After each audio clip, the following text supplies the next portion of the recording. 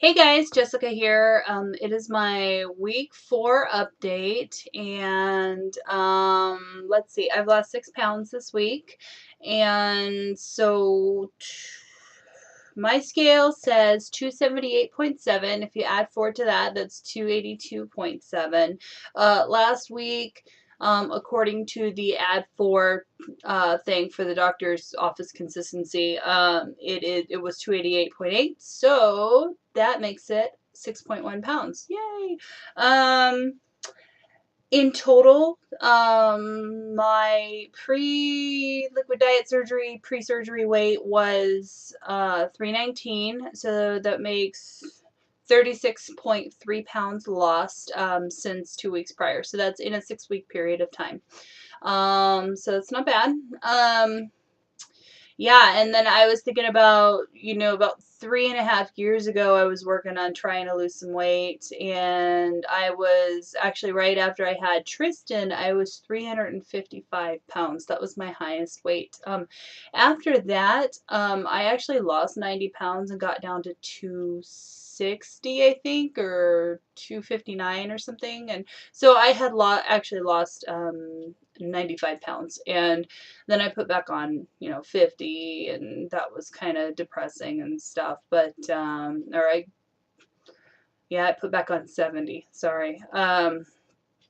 So I'm trying to kind of work back into that. So, my plateau place was 260 then. So, it'll be interesting to see in the next couple of weeks here once I get to that barrier and see, how that changes. So if you were counting from my absolutely highest weight, then I'm at a 72.3 pound weight loss. So I'm not necessarily counting that. I'm just kind of counting from the point where I started my liquid diet just prior to surgery. So that would make 36.3. So either way, by the time I get done with all of this and get where I want to be, it's going to be well over 100 pounds. So I don't know if it matters necessarily. So anyway, one of the things I wanted to talk about today was food intolerance issues. The funny thing about the human body is that we consume things all the time that we have tolerance problems with, and we either don't recognize the symptoms or we just ignore them. Or we try and take something that, quote unquote, helps it, like take lactose intolerance, for example. When people have lactose intolerance issues, they'll take Lactaid, or the little lactase pills or whatever. And that does take away some of the stomach ache, but you still have indigestion. And the reason why is because your body does not tolerate this substance. It's rejecting it. And I think there needs to be some level of awareness about this because, I've had a lot of people say, well, you have a lactose problem. Why don't you just take those pills? Da, da, da. And I'm like, because my body doesn't want me to have lactose. Is that simple. If I have a lactose problem, that means my body doesn't like it. That means my body's going to have an adverse reaction to it. And I already have IBS. So regardless of whether I take the pill or not, I'm still going to have indigestion, and I'll end up having like irregular stools and things like that. And that is what happens with most people. They just choose to ignore it, and is not a healthy way to go about your day. Occasionally I will cook with lactose-free milk. I don't really like milk though. I find it kind of gross anyway, so it's probably just my body's way of saying don't do it. There are certain types of dairy products that don't tend to bother me, like aged cheeses, which I found out are incredibly low in lactose, and it doesn't contain the kind of lactose, which is a sugar. It doesn't contain a whole lot of it. And there are some that do bother me, so I tend to supplement my dairy with either soy or almond milk or something of that nature. I use a soy-based yogurt, which is really good, or I'll use a coconut-based yogurt, which is also really good and has the cultures added to it for digestive health, probiotics. The next one is gluten. I know there's a lot of controversy and argument going on about this, and what it boils down to is there are two things about gluten that are important. Number one, there are a lot of people in the world who honestly shouldn't be eating wheat. And a lot of it boils down to your blood type. It's how your genetic makeup has evolved over millennia. And there are certain blood types that evolved to eat certain types of foods. And I'm an O positive, which is a heavy Native American background. There are a lot of people who are 100% European who have an O blood type, and that actually dates back to like Neanderthal.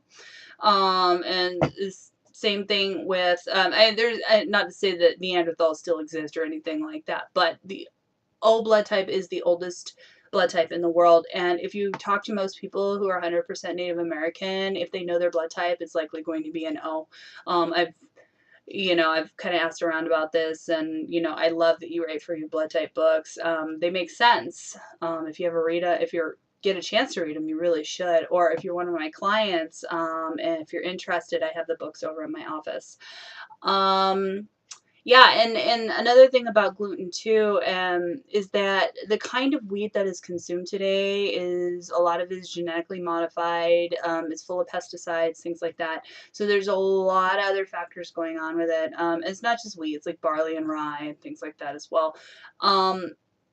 A few years ago, I thought I had celiac disease. I was having all these problems, and at the time I didn't know it was lactose intolerant as well. And I was trying to become a vegetarian. And what was interesting is that after I became a vegetarian, I had initially lost weight, which was great and everything, but my dairy and my grains had increased. And so I found myself having horrible stomach pains. And after some testing and stuff, they said, well, you don't have a problem with gluten. And I was like, are you sure? Because I can accept that I don't have celiac disease. I've seen people with celiac disease is a terrible thing. But you can still have a non-celiac gluten intolerance, and this is something that's not talked about enough, and it needs to be addressed. Gluten is particularly wheat gluten, with most people, there is at least a slight intolerance. It's the same way with lactose. There's different levels of intolerance, and it causes inflammation in your gut. A lot of people who have IBS don't realize that the reason why they have IBS is because of their diet, and the things in their diet are affecting how their gut is able to do what it's supposed to do. You have constipation problems, or on the flip side, you have diarrhea problems. You're going to have pain in your gut. You're going to have swelling, inflammation, bloating, gas. The list goes on. And a lot of it really is it's all related to diet. So, part of the reason why I bring this up now is because, like yesterday, for example, sometimes I say, okay, I'm going to have a vegetarian sausage, which in reality I should just have a sausage. Because, like I had a little bit of a vegetarian Italian sausage last night for dinner, and I chewed it up really well and everything, but my gut was bothering me so bad afterwards, and it just really brought to light the extreme in which you feel your intolerances once you get post-gastric, because you feel it to some degree. I did feel it before. Once I realized I was lactose intolerant and I started avoiding the lactose, that really helped a lot too. But I also find that avoiding heavy grains tends to help a lot as well. And actually, rice doesn't bother me at all, but rice is a different makeup than wheat is. So I have trouble with wheat, and actually I talked to my father about it, and he has the same problem. So it is a genetic problem. I get the lactose stuff from my mom. And it's interesting once you find out your family history, about what your food intolerances are, and the lactose thing has passed down a bit into my children. So we as a family tend to avoid lactose. And I'm kind of up in the air about the gluten thing with my kids. I'm experimenting with making gluten-free breads and stuff to see if that helps a little bit.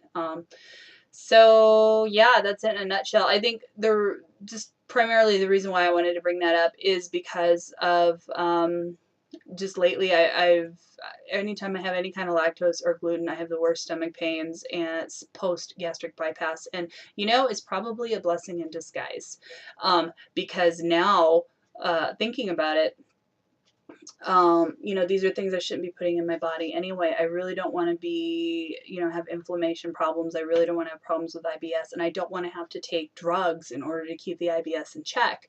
You know, I have a Nexium prescription, which I never take, and I don't want to have to take it. There's no reason why you shouldn't be able to control your IBS symptoms without, you know, in general, excuse me, I'm kind of all over the place. But through diet, honestly, diet is the best policy. If you have a problem with your digestive system, figure out what it is that's causing the problem and eliminate it from your diet, period. If you change your diet, your body changes. It's